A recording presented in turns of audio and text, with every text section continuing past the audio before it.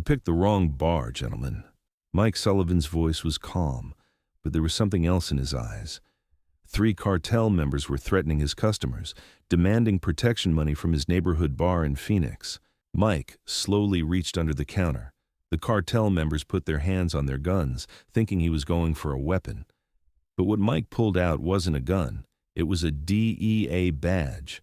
And after 25 years of undercover operations in some of the most dangerous cartels in Mexico, these 3 street-level dealers had no idea who they were really dealing with.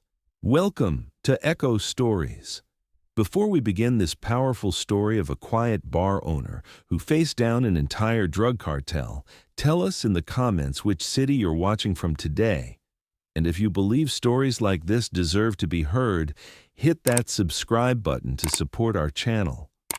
Mickey's Tavern sat on the corner of 67th Avenue and Indian School Road in Phoenix's Maryvale district.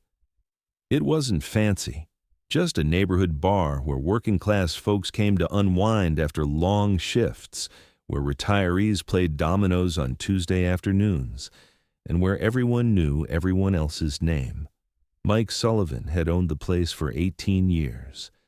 At 63, he was a fixture in the community, the guy who never raised his voice, who broke up fights with words instead of fists, and who had a strict no-weapons policy that somehow everyone respected.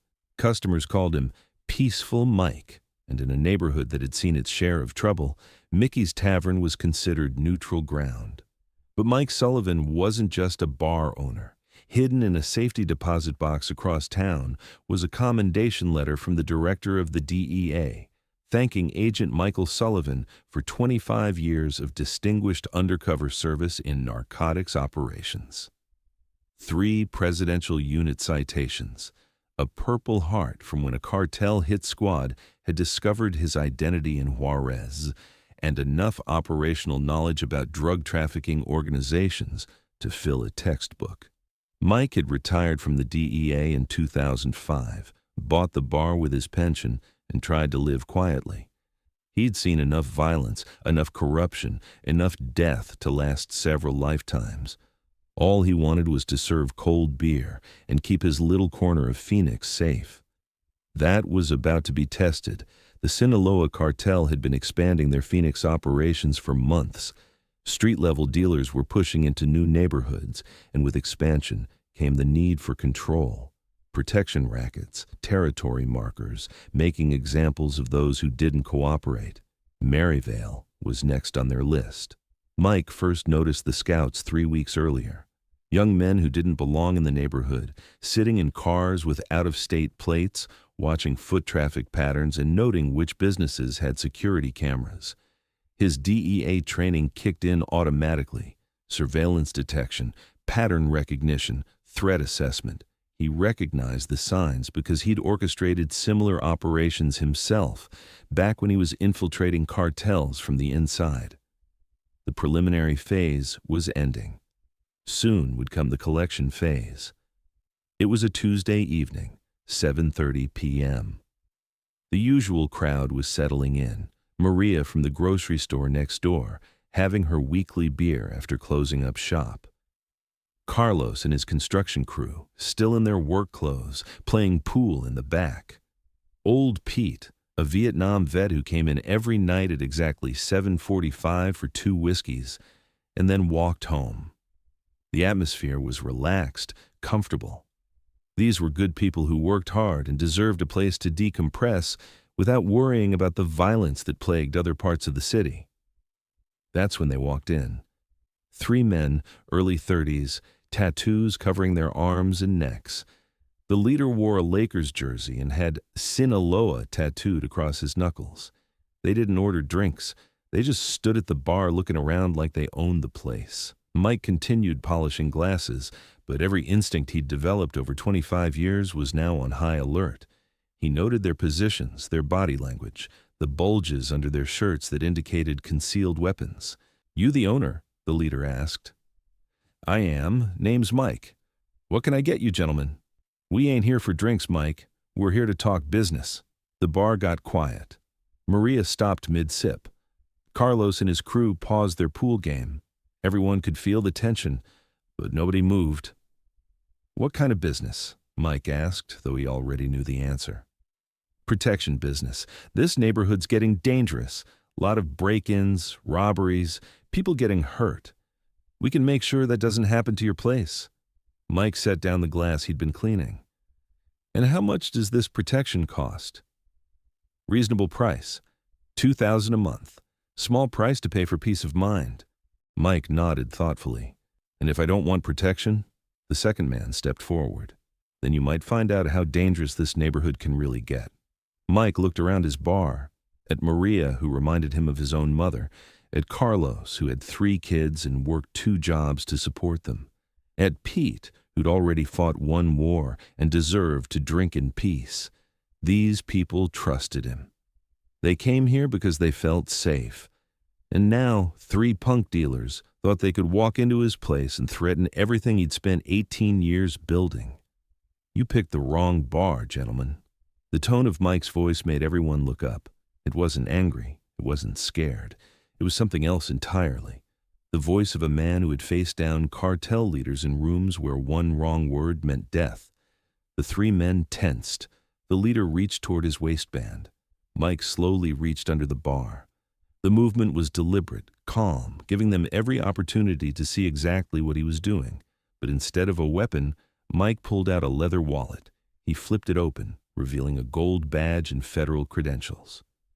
Special Agent Michael Sullivan, Drug Enforcement Administration, retired, but not forgotten. The silence in the bar was deafening. The leader's hand froze halfway to his gun. His eyes darted between Mike's face and the badge, trying to process what he was seeing.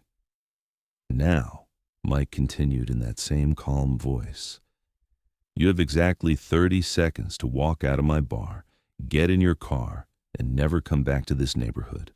Because I know who sent you.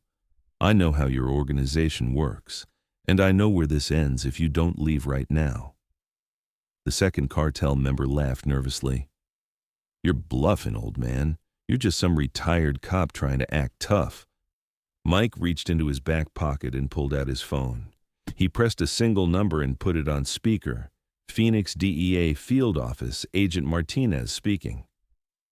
"Carlos, it's Mike Sullivan. I've got a Sinaloa crew in my bar right now demanding protection money. 3 males, early 30s, armed. Leader has Sinaloa tats on his knuckles." "Jesus, Mike, you want us to roll units?" "Not yet, but I want you to run a plate for me." Mike looked directly at the leader. "Arizona Tag 8, Charlie Delta 7, black Escalade parked outside." There was a pause. "Mike, that vehicle is registered to Miguel Vasquez. He's on our watch list, mid-level enforcer for the Sinaloa organization." The leader's face went white. His name was Miguel Vasquez, and somehow this bar owner knew exactly who he was. "Thanks, Carlos. I'll call you back if I need anything." Mike hung up and looked at the 3 men.